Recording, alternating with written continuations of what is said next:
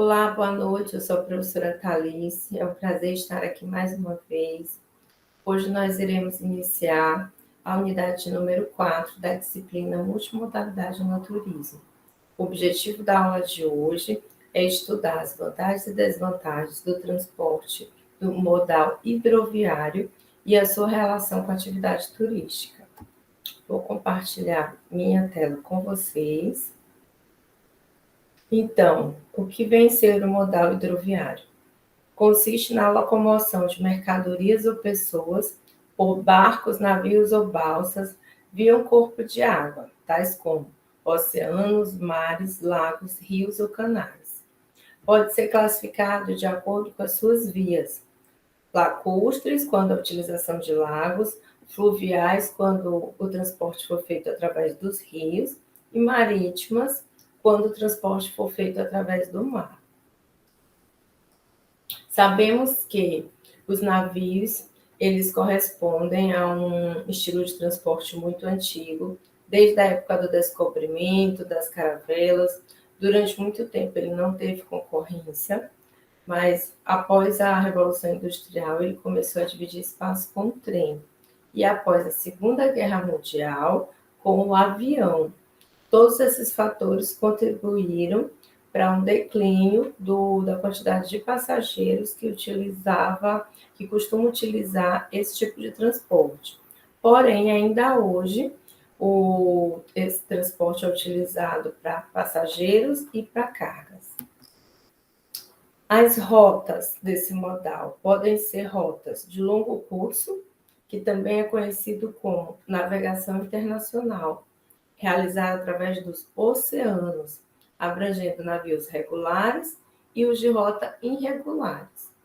E as rotas de pequeno curso, também conhecida como cabotagem, define o transporte marítimo ao longo da costa, a navegação de um porto ao outro dentro do próprio país. É a conhecida navegação nacional. Atualmente, a cabotagem ela representa um pequeno percentual da movimentação de mercadorias dessa modalidade, apenas 11%. Tipos de navio. Como dissemos, esse transporte ainda é utilizado para movimentação de cargas e de pessoas. Então, nós temos os navios que transportam pessoas, o mais emblemático deles é o navio de cruzeiro, e os navios para as cargas, é muito utilizado também os navios que transportam contêineres.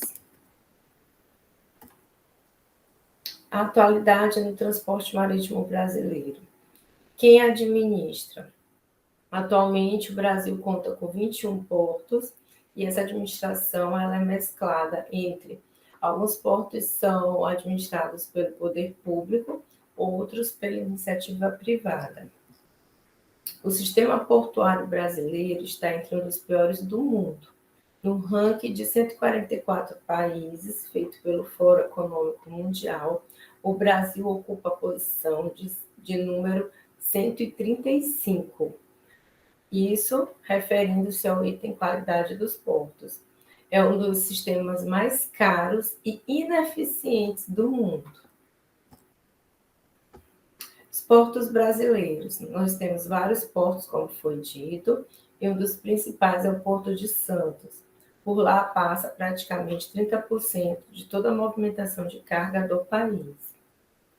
No Maranhão, nós temos também um porto muito importante, está na lista dos 10 principais portos nacionais, que é o Porto do Itaqui, também conhecido como Porto da Madeira. Ele tem uma movimentação expressiva de soja e minério de ferro. Quais são as vantagens da utilização desse modal? É apropriado para o nosso país por conta do nosso extenso litoral. Os corpos hídricos no Brasil não congelam em nenhum período do ano. Esse modal tem alta capacidade de carga. Um cargueiro transporta o que mais de 200 caminhões conseguiriam transportar. Então, é uma grande quantidade de carga de uma vez só. e um baixo consumo energético, porque seria um motor funcionando para transportar toda essa carga, em contrapartida, se comparado ao modal rodoviário, há mais de 200 motores que estariam funcionando e utilizando combustível. Então, tem um baixo consumo energético. Baixo custo de frete. O que é o custo de frete? É justamente a quantidade, relaciona-se com a quantidade que é transportada e com os custos desse transporte. Isso gera o custo de frete. Como a capacidade de carga é alta e o custo é baixo, o custo de frete termina ficando competitivo. E esse tipo de modal, ele permite a multiplicidade de destinos.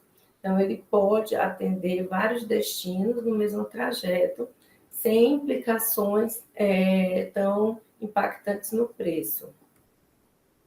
Quais seriam as desvantagens, então? O investimento inicial e o custo operacional são elevados. Então, a aquisição dos navios, a manutenção dos portos, a manutenção dos equipamentos, tudo envolve altos custos. Necessidade de grandes frotas modernas. Os navios que não são itens baratos, em constante atualização.